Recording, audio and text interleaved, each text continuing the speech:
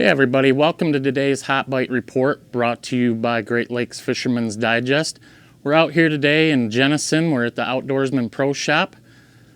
There's plenty of time left to get out ice fishing, guys. If you guys want to get out, I recommend stopping into the Outdoorsmen Pro Shop. They got live bait, they got artificial bait, they got the rods, reels, everything you need to get out there yet this year and have a great time on the ice. Today we have a little bit of a different setup. We have more of tips from guys that have been out all year and doing spectacular on Lake St. Clair. And we also have one for Southwest Michigan, fishing on the Grand River bayous. So a little bit different than our normal reports, but these are some great tips for you guys as we get in the last few weeks of ice fishing. So our first report / tip today on LSC is brought to you by Phil Osborne. Phil has been out all year long and he has been doing a spectacular job on Lake St. Clair, catching them really nice perch. One thing that he's saying is don't be afraid to move around and stay away from the pack. That's his first tip. His second one, as you get out there first thing in the morning, he highly recommends that you start shallow and then work your way out deeper. Those fish typically will move up a little bit shallower in the dark. At the nighttime, they'll move up and they'll feed, and then as it starts to get daylight, they'll start progressing back out into the deeper water.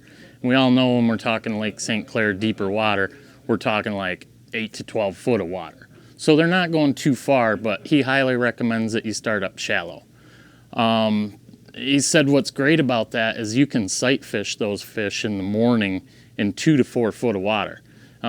If you guys have ever sight fished, you know it's a blast. You're sitting there, you're jigging, you're watching your bait down there, watching them fish come in and just whack it. It doesn't get any better than that. The other thing that he recommends is mixing up your jig size.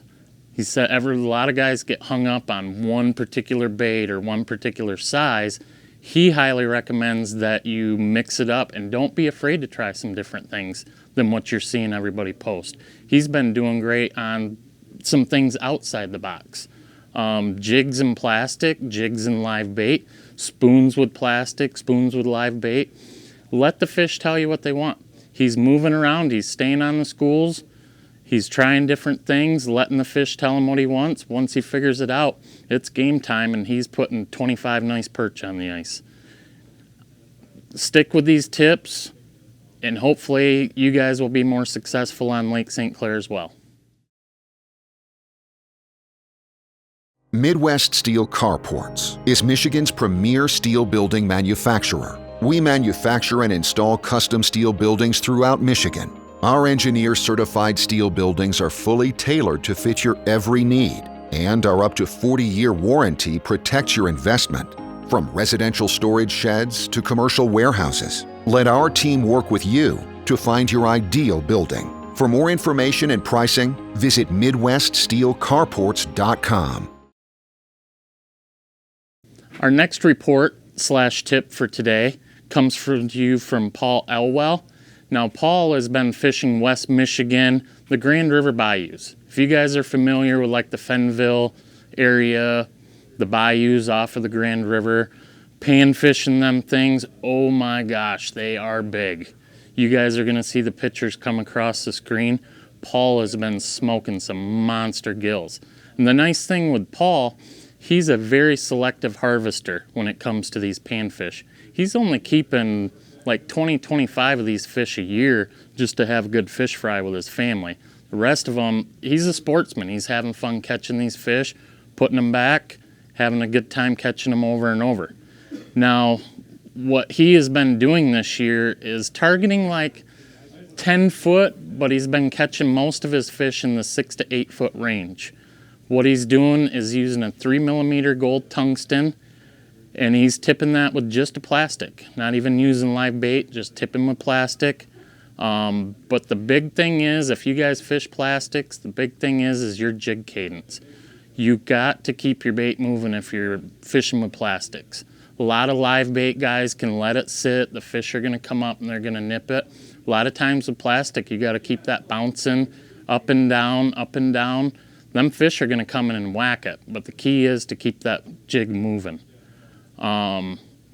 The other thing that he's said is these fish are schooling through.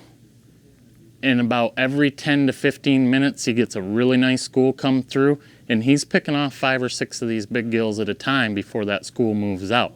He said the big thing is once you get on them, don't be afraid to just sit there and be patient. Pick off your 5, 6 fish, wait for that school to come back through. He's found if you try to start chasing them, they just kind of drive right out of the area. But if you stay patient, stay in that one area, and pick them off as they come through, they're going to keep schooling through until you hit your limit.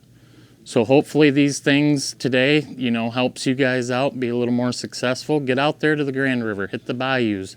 Them fish are nice and they're plentiful.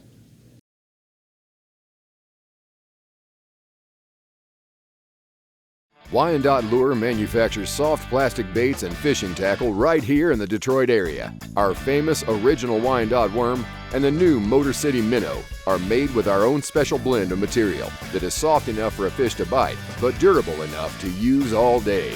Our baits are available in over 30 different fish catching colors. Just another reason why Wyandotte Lure is known as the king of the river. Go to WyandottLure.com or ask for them at your local bait and tackle store. Hey everybody, thank you for tuning in today. Hopefully you guys learned something today, and I look forward to seeing you back here tomorrow.